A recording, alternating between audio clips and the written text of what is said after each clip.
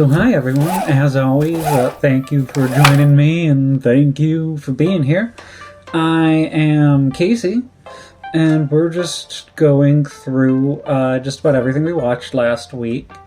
Movies and shows and the YouTubes.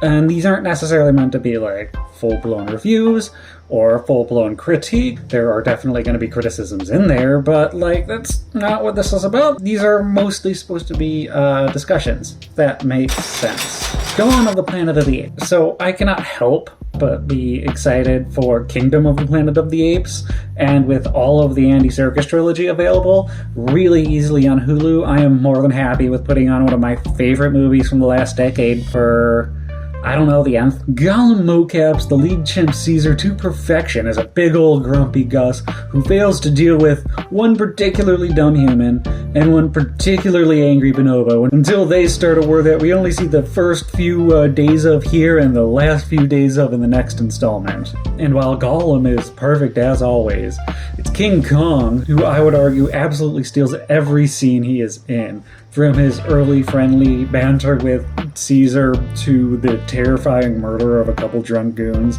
From the animators to Toby Kibble himself, like hats off, you did great. Koba, hats off, you did great with Koba. Koba's one of the most complex characters I think we've ever gotten in Planet of the Apes. Everyone involved though knocked it out of the park. After numerous rewatches, I continue to have an absolute blast with this from beginning to end. Oh, Creepozoids. Creepozoids is the kind of movie they talk about when they say they should remake poorly executed movies with solid-ish plots. Also, maybe give this one a different name as well. Give it either the original title, Mutant Spawn 2000, or drop the 2000 as well and just call it Mutant Spawn. In the not-too-distant future, in the midst of another nondescript world war that has turned most of the planet into stock footage, we can only really afford to shoot in abandoned factories with a ragtag group of red shirts who just don't want to be a part of this shit anymore and try to desert while they are gradually attacked and picked off by the titular Creepozoids. I have such conflicting feelings about this picture. I think it has a very solid idea, and it made twists and turns that I did not expect. But at just about every other junction, this movie just did not come together for me. The cast seems to be having fun the whole time, and some characters got that I did not expect to get got. But performances were maybe a little stiff across the board. Maybe the writing was I thought there were some really well done sequences with some really admirable low budget special effects, but then you see the actual Creepozoid at the end, which I won't say isn't scary.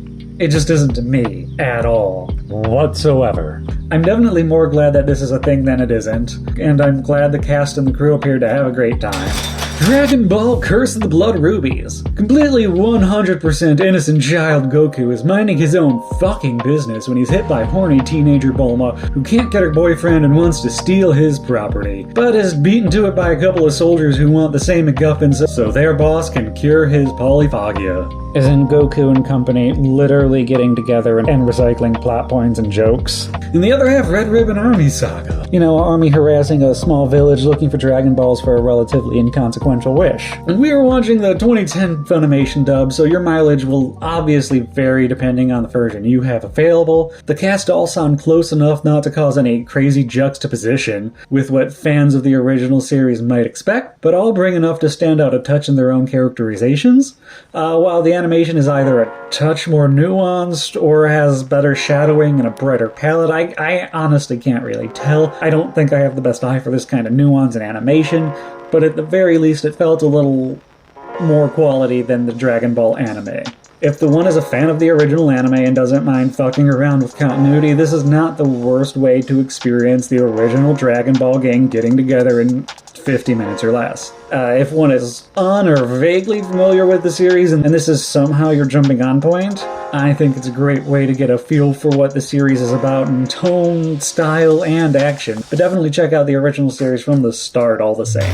Man of Steel, a deep contemporary look at the Clark Kent mythos adapted into a cinematic epic that might be accurate to a contemporary setting that also zaps every ounce of joy in a symbol of hope. You can't get a more Clark Kent origin story. All the boxes are checked. packed homeworld blows up, a legally distinct Moses lands and is raised to generally not be a dick, this time with a heavy emphasis on the xenophobia of the world, and a space fascist to punch in 3 action set pieces. And while this might not be my favorite Zack Snyder movie, and it easily is my favorite Snyder-directed DC movie, despite me completely disagreeing with Snyder's fundamental philosophies regarding Clark himself, or maybe how Clark's foster parents are depicted, at the same time it gives Clark more agency in becoming his own hero while murdering the Kent's characters. Clark Kent becomes Superman despite his parents being generally apathetic and compliant idiots. But Snyder is consistent in his vision and is exceptional in his execution, with performers giving some of the most iconic adaptations of the characters we've ever seen.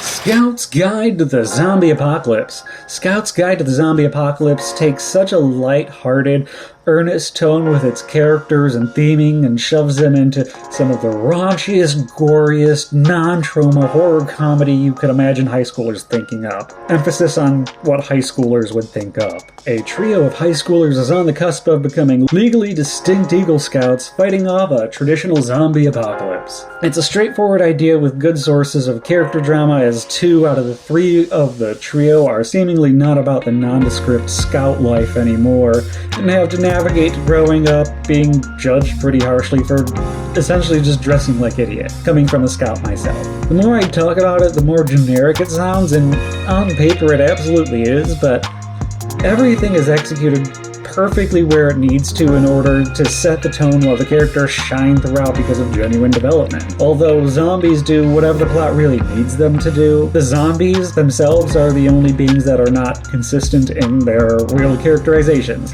But that is a problem I have with most zombie movies at some point or another. Any real issues I had were overshadowed by just how well the characters were played here and how earnest everything comes together at the end. This feels like high schoolers pitched an idea and some really good writers made their dream a reality.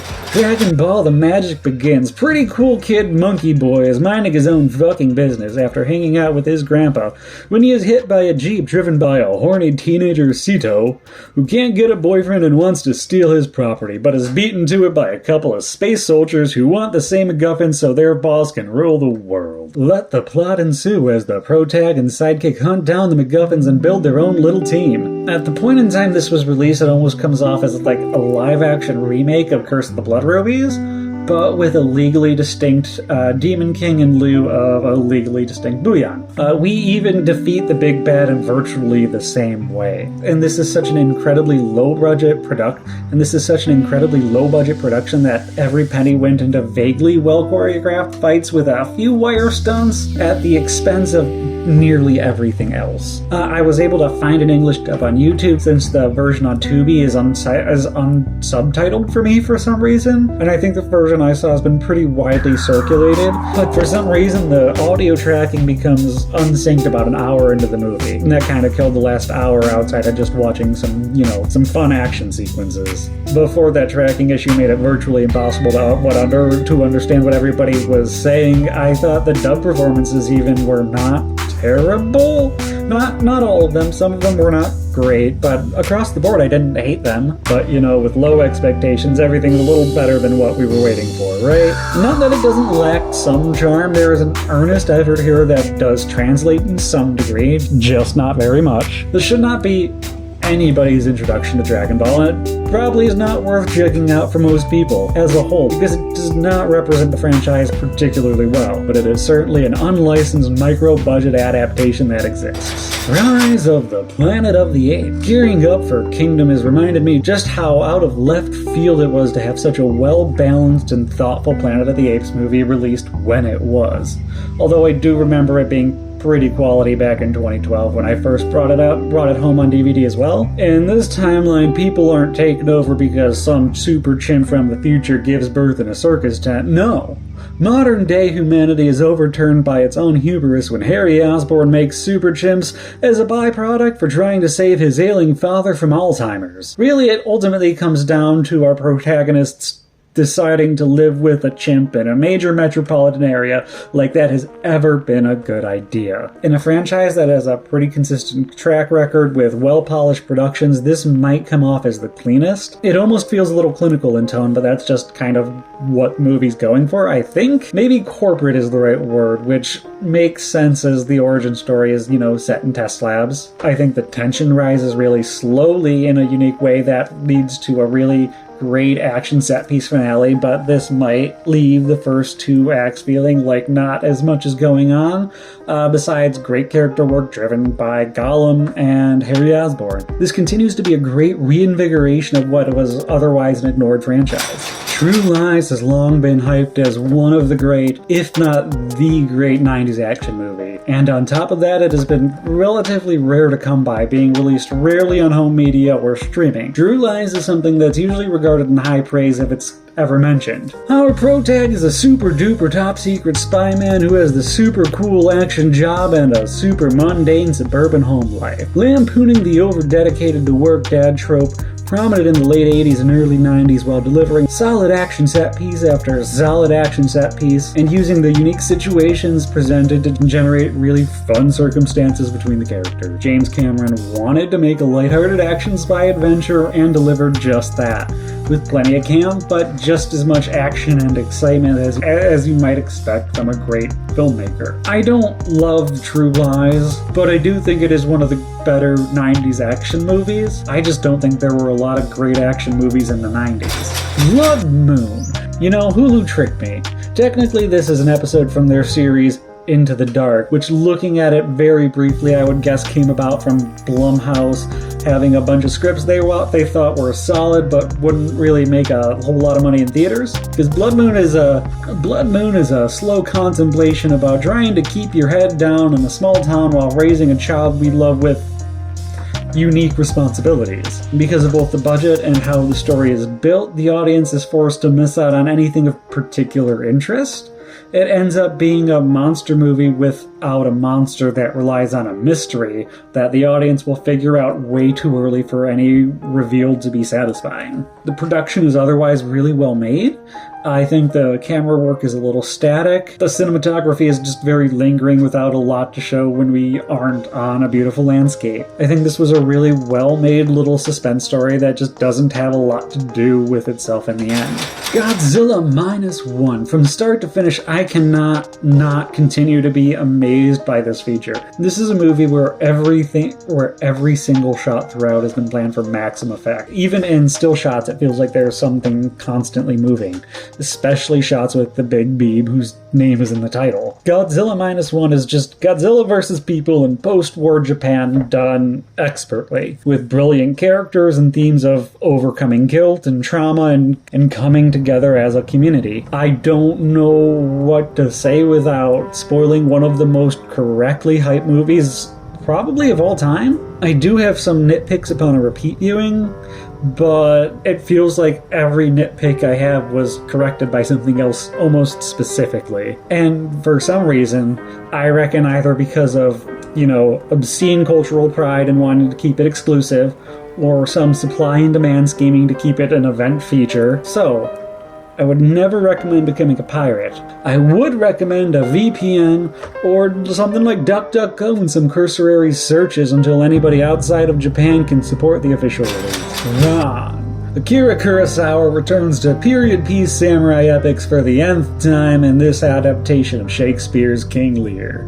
A tragedy surrounding 3 sons of a prominent lord and the infighting of power and the humility of being forced into a lower caste. Kurosawa tries to be as clear as possible, using vibrant colors to clearly discern characters throughout the nearly 3-hour runtime. It is perhaps not the most cohesive adaptation of King Lear, or maybe my copy just has some bad subtitles, I don't know, but the translation made a story I am otherwise familiar with a little harder to follow, if that makes sense. Or it could be the cultural transition from taking an English story and adapting it to Japan's cultural ideals, but this has never been a problem with other Kurosawa adaptations. I don't know what it was this time. It could be I just really felt the runtime, but Kurosawa proves, as always, he's a master of the craft, starting with scene mixing these epic sequences with subtle characters. But of all his features, this might be one of my least favorites. Doctor Who, The Sensorites.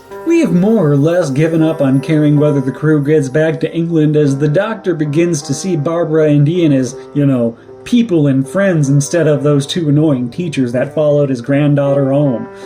The amount of character work that went from what we saw in An Unearthly Child to what we see here is so much better than what a lot of people might expect. It's a lot better than what I expected on a rewatch even. Landing in a nondescript spaceship and isolated from the TARDIS, the focus of the story ends up being on the political intrigue of the titular Sensorites as they hold the solution to getting back into our favorite big blue box and are pretty set on keeping any non-Sensorites from leaving their sphere of influence. While the Sensorites are not particularly special as far as aliens go, they just can't see in the dark and don't like loud noises. Same here, friends. They do make for a more than decent allegory for the xenophobia going on in the story. Barbara again gets the short end of the stick, spending most of the story entirely off screen. More than anyone perhaps, though, the Doctor finally gets to be the hero in his own series, as he is constantly negotiating and doing a science throughout with the Sensorites. Outside of not really having a good balance for the characters, this continues to be a great evolution for the characters to grow and putting them in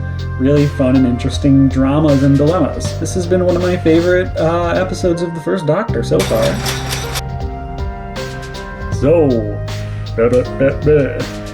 ooh, what? Hi.